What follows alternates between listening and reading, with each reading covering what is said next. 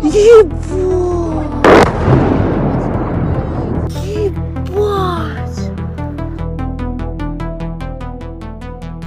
is Moscow.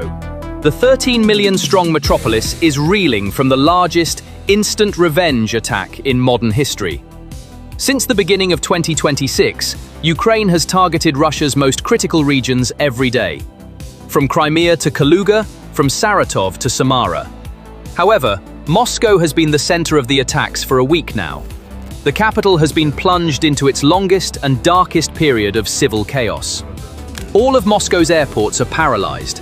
Millions of people are in a state of panic. Hundreds of thousands of homes are without electricity and heating. Putin planned to kneel Ukrainians to the ground with freezing cold and darkness in the new year, leaving them without energy. Almost every day in Ukraine, lives were under threat. From Kiev to Odessa, from Zaporizhia to Kharkiv, Russia caused massive destruction. The targets were not military bases, they were civilian buildings, infrastructure facilities, and power plants. Air raid sirens never stopped across Ukraine. However, Ukraine's retaliatory strikes were instantaneous. For every missile Russia fired, Ukraine sent major attack waves of thousands of drones to Moscow. Since December 30th, for a full week, the sirens in the skies over Moscow have not stopped. Not only military bases, Putin's prestige, Moscow's luxurious lifestyle, and civilian order were also targeted. Major attack waves across Russia peaked on the night of January 3rd to 4th. Ukrainian drones penetrated Russian airspace and entered the country. The center of the attack was again Moscow. The biggest shockwave caused by the attack was felt in transportation. A red alert was issued in the capital and its surroundings. Due to the swarms of UAVs appearing in the sky, Moscow's gateways to the world, Domodedovo, Vnukovo, and Zhukovsky airports, were suddenly shut down by activating the Carpet Plan, an emergency protocol. Not only in Moscow, but also in Kaluga, Ryazan, and Tula, airports were closed. In Moscow alone, 200 flights were suspended. Look at the scene inside. These images are not from a refugee camp, but from Moscow's luxury terminals. Thousands of passengers were stranded in the terminals.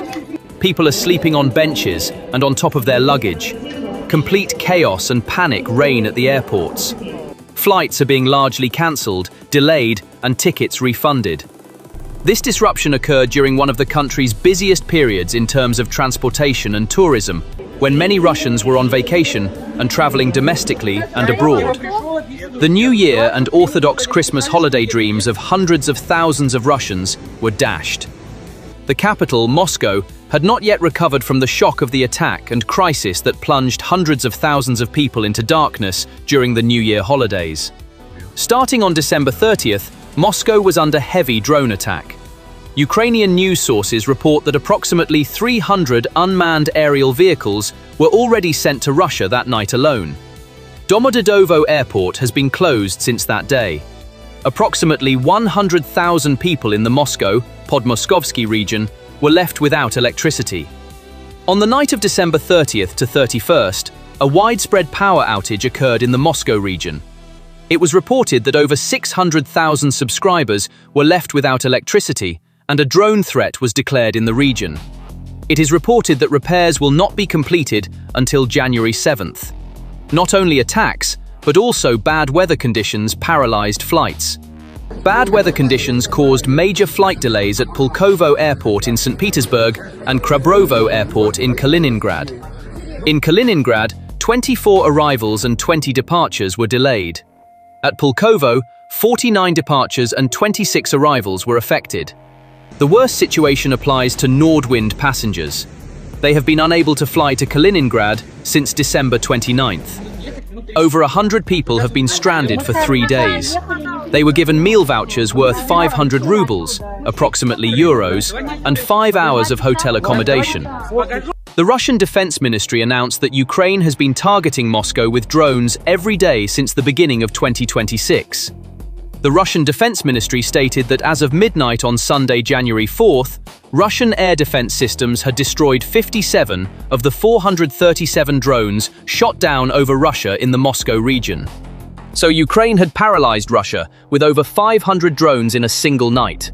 This marks an escalation from previous, less frequent attacks targeting the Russian capital.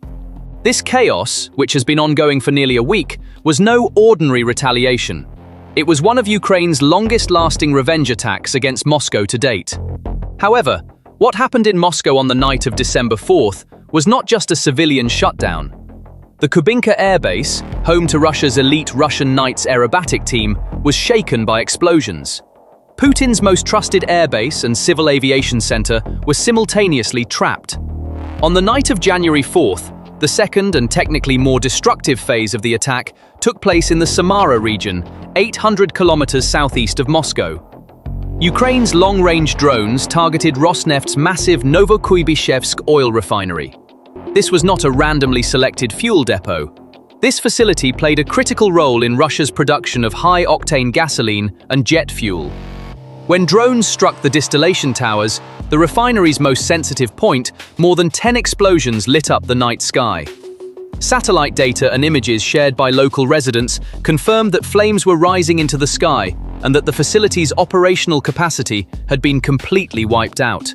The diversity of targets in Ukraine's list demonstrated the strategic intelligence of the operation. Not only fuel, but also the brain of the Russian war machine was targeted. In the third and perhaps most strategic phase of the attack, drones headed for the city of Yelets in the Lipetsk region. The target was the Energiya factory. This factory produced batteries and power units for unmanned aerial vehicles, which were of vital importance to the Russian army. Everything from the radios of Russian soldiers on the front lines to the batteries of reconnaissance drones was produced here. With the factory's destruction, the technological backbone of Russian logistics was crushed at the very point where it produced its own weapons. The black smoke rising from the factory signaled a rupture in Russia's military supply chain that would take months to repair. On the southern flank of the map, a fatal blow was dealt to the Russian economy. The Tamaneftegaz oil terminal in the Krasnodar region, one of the Black Sea's most critical energy export points, was targeted by Ukraine's long-range missiles and drones. Satellite images confirmed that the pipelines leading to the terminal's docks were completely burned and rendered unusable. This is not a simple fire. Russia's oil exports via the Black Sea are currently halted. This ring of fire stretched all the way to Tatarstan, 1,200 kilometers from the Ukrainian border. When the oil transfer depot in the town of Almatyevsk, which was said to be out of their reach, was hit, the geographical boundaries of the war collapsed for the Russian people. Meanwhile, the firestorm also spread to the Kaluga region. The Domodedovo oil depot in this region, considered Moscow's logistical gateway, was engulfed in flames at midnight. Like the refinery in Samara and the battery factory in Yelets, this was also a critical hub supplying the Russian army. Energy lines were severed, fuel stocks were blown up, and when the wave of attacks reached Kursk, the impact spread to civilian infrastructure. The attack on the Komutovka power plant, though geographically small, had a massive impact. 115 settlements were plunged into pitch darkness. Water pumps in the region stopped, communication networks were cut off, and local authorities were left completely helpless. You don't need to be a military expert to summarize the picture created by these attacks. No energy, no batteries, no logistics. While the Russian war machine is trying to send ammunition and soldiers to the front, it is strangled under the rubble of its own infrastructure at home. The shutdown of the Tamaneftegaz terminal in Krasnodar is not just a loss of prestige for Russia, but a direct cut in cash flow. The attack in Tatarstan, meanwhile, had an icebreaker effect on Russian industry. The bombing of a center 1,200 kilometers deep, such as Almatyevsk, has caused insurance companies to refuse to insure factories in Russia's interior or to raise premiums to astronomical levels. For investors and factory managers, there is no longer a safe production base in Russia. Add to this the loss of the battery factory in Yelets and the fuel depot in Kaluga, and the domino effect reaches the front line. While fuel tankers wait empty in Domodedovo, tanks at the front remain immobile. Modern warfare is built on batteries and energy storage systems. Russian soldiers' night vision goggles, radios, laser rangefinders, and most importantly, FPV drones run on batteries. The shutdown or damage to the Energiya factory's production line will create an energy shortage at the front line. This disruption in the logistics chain could leave Russian soldiers blind and deaf on the battlefield within weeks. This is a perfect example of Ukraine's asymmetric production paralysis strategy. Instead of targeting the soldier on the front line, eliminate the vehicle that enables him to fight. The economic cost of Moscow airport's closing is measured in billions of rubles. Each shutdown of Domodedovo and Vnukovo means massive losses for airlines, fuel waste, and delays in cargo transportation. More importantly, however, this situation destroys Russia's image as a safe trading port. Moscow is now a risk zone for foreign business people, diplomats, and cargo companies. Furthermore, the air defense dilemma created by these attacks forces the Russian general staff into an impossible choice. Where will Putin deploy his limited air defense systems? If he pulls them back to protect Moscow and the refineries, troops on the Ukrainian front and Crimea will be left unprotected. If he keeps them at the front, Russia's industrial and energy infrastructure will continue to be blasted by Ukrainian drones, as it was tonight. And the most insidious effect: fear of inflation and shortages. Every refinery taken offline represents lost revenue. Russia is the world's second-largest oil exporter. Its budget is essentially a hydrocarbon budget. Oil and gas taxes are literally financing this war. When a refinery is damaged, it doesn't just stop producing gasoline or diesel for domestic use. It halts the production of valuable export products. Industry estimates suggest the attacks have destroyed over 10% of Russia's total refining capacity. This translates to billions of dollars in lost export revenue. This money was earmarked for bullets, missiles, and soldiers' pay. It is a direct drawdown from the Kremlin's war account. Second, and perhaps more critically, there is the internal impact. Russia is a vast country, and the logistics of its military presence in Ukraine are insatiable. It runs on diesel. Trucks supplying frontline units, tanks in combat, generators powering command posts, all are thirsty for fuel. By attacking refineries and depots, Ukraine is not only damaging Russia's export wallet, it is targeting the fuel lines that feed the soldiers trying to kill them. We are already seeing reports of fuel shortages in some Russian regions, with gasoline prices rising for civilians.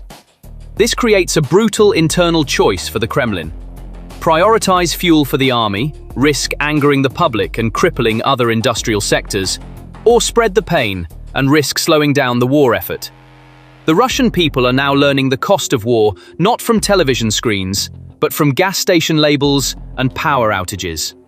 The 115 settlements left without electricity in Kursk serve as a frightening preview for the rest of Russia. Targeting power plants and fuel depots in winter conditions is creating a deep sense of panic in Russian society. This panic triggers a spiral that will lead to empty supermarket shelves, a resurgence of the black market, and a decline in the value of the ruble. Beyond all these explosions, burning refineries, and locked airports, what is happening points to a much deeper, almost existential rupture. The tacit social contract Vladimir Putin has had with the Russian people for a quarter of a century has always been based on a simple equation: give me political obedience, and I will promise you stability, security, and keep war away from your homes. However, with the attacks, this contract was torn up before the eyes of millions of people. That night, Putin's great power narrative collapsed. The people saw that the state had failed to fulfill its most fundamental duty, to protect its citizens. Enemy drones flying over the capital, Moscow, shattered the Kremlin's illusion of invincibility. For Russian citizens, war is no longer a special military operation on television, but a reality that could explode outside their windows at any moment. This situation is triggering a dangerous psychological transformation within Russia, namely learned helplessness. From villagers left without electricity in Kursk to elites stranded at Moscow airports, everyone is asking the same question. If the army cannot protect the capital and strategic facilities, who will protect us? This feeling of insecurity is an acid silently eroding the regime's authority. Local telegram channels, despite state media censorship, are overflowing with footage of explosions and angry comments. This is a sign of an uncontrollable flow of information and a wave of mutiny rising from the grassroots. However, the truly devastating blow is being felt beyond the streets, in the gilded halls of the Kremlin and in luxury villas. As of October 2025, elite panic is no longer a theory, but has turned into a concrete escape plan. For the oligarchs who control Russia's energy and industrial giants, these attacks mean not only the loss of physical facilities, but also the end of their wealth and immunity. As the refinery in Samara burns and the oil terminal in Krasnodar is halted, the rats are abandoning the ship phase has begun for the oligarchs who are the real owners of these assets. Intelligence reports indicate that Russian generals and economic elites are planning secret asset transfers and escape routes to centers such as Dubai, Istanbul, and Doha. Putin's promise of wealth in exchange for loyalty becomes increasingly meaningless with every strike by Ukrainian drones on factory chimneys. Strategically, Ukraine's move has also upset the cost balance of the war. Russia is spending millions of dollars on missiles to shoot down plywood drones worth a few $1,000s. This is an unsustainable economic war. Ukraine has drawn Russia into a war of attrition, forcing it to consume its own resources on its own territory. The targeting of critical production facilities undermines Russia's long-term war capacity. Hitting a tank on the front line is a tactical victory, but hitting the factory that produces that tank's fuel and batteries is a strategic checkmate. Furthermore, these attacks are widening the cracks in Russia's federal structure. The withdrawal of air defense systems from the provinces for Moscow's security is increasing interregional tensions. The governors of Samara or Tatarstan may begin to question the lack of protection from the center. Why is Moscow being protected while our refinery is burning? Is the most dangerous question threatening Russia's internal unity. With these attacks, Ukraine is targeting not only physical targets but also the political glue that holds the Russian Federation together. Now, I can hear the skeptical questions. Is this enough? Can drone attacks really change the course of the war? On their own, perhaps not. A refinery can be repaired. Defenses can be adapted over time. But you must see this not as an independent tactic, but as a masterful part of a much larger strategy. This is a strategy of systemic pressure. The flames rising from the dark and critical facilities that descended on Moscow airports that night symbolize not a temporary crisis, but a lasting strategic defeat. Ukraine has proven that revenge is not a dish best served cold, but an explosive menu served hot from thousands of miles away. Putin's impregnable fortress is now nothing more than a myth. The shutdown of Russian air defenses that night combined with the fear etched into the Russian people's minds. The state cannot protect us. As billion-dollar industrial facilities were crushed, the Kremlin's lie that everything is under control was also reduced to ashes in those refinery fires. The message now echoes in the streets of Moscow. If there is no safe night for Ukraine, there will be no safe harbor, factory, or capital for Russia. The war has returned to the home of its initiator, and it didn't just knock on the door, it broke it down and entered. So, what are your thoughts on this matter? Share your thoughts in the comments. Don't forget to subscribe to the channel and turn on notifications to stay updated on PPR Global's new analyses. Thank you for choosing us.